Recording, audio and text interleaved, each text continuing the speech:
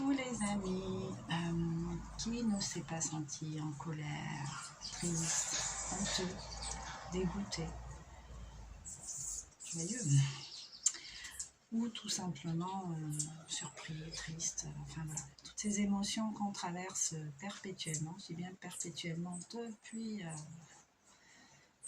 tout bébé en fait, et sur lesquels on ne met pas forcément de mots parce que la société telle qu'elle est conçue ne nous y invite pas du tout. Donc je reviens avec la ronde des émotions pour vous. L'idée ça va être de vous présenter des cartes et de jouer avec vos enfants. Donc ce jeu en fait tel qu'il est conçu représente 7 émotions avec 10 règles de jeu différentes.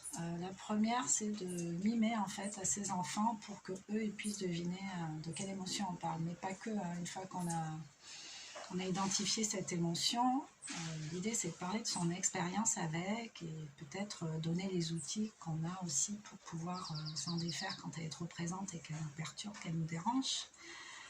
D'ailleurs, souvent dans les familles, il y a les mêmes blessures, les mêmes schémas qui se répètent.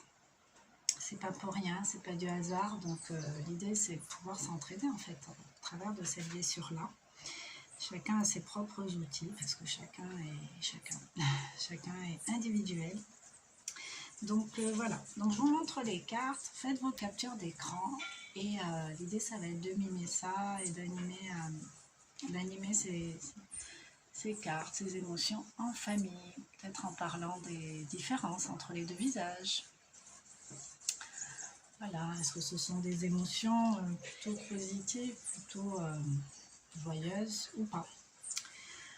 Parler de la dernière expérience qu'on a faite avec, comment on s'est senti, combien de temps ça a duré, qu'est-ce qu'on a mis en place pour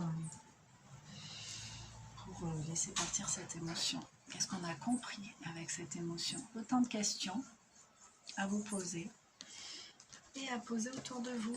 Donc j'aime bien ce jeu parce qu'en fait, vous voyez, il y a plusieurs générations, plusieurs types, autant de cartes dans lesquelles on peut s'identifier. Voilà.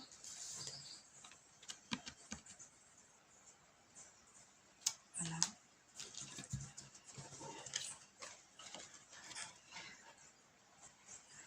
Quelle est la différence entre être content et être joyeux? Quelle est la différence entre être énervé et être en colère?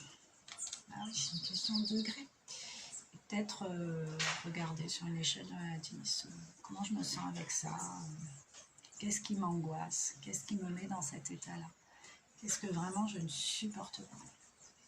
Alors, par exemple, quand je suis vraiment énervée, si on vient me dire calme-toi, mais là c'est la fin, quoi. Ça m'agace encore plus, faut pas me dire calme-toi, quoi. Donc voilà, c'est apprendre à se connaître et à voir ce qui se joue. Pourquoi quand on me dit calme-toi, je m'énerve encore plus? C'est parce que moi j'ai juste envie de laisser traverser ça, je me sens comme ça avec ça. Et c'est moi qui vais gérer mon bazar.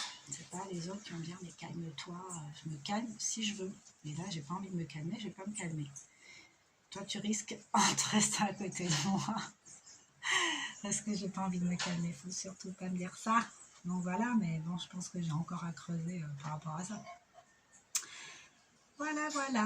Bon, bah, je vous invite à me faire des petits commentaires, me dire comment vous avez investi le jeu, comment vous l'avez vécu. Hein. Moi, je vous propose juste une façon de jouer, mais bon, il peut y avoir des variantes super intéressantes. Toutes les variantes sont intéressantes, du moins qu'elles sont positives et constructives.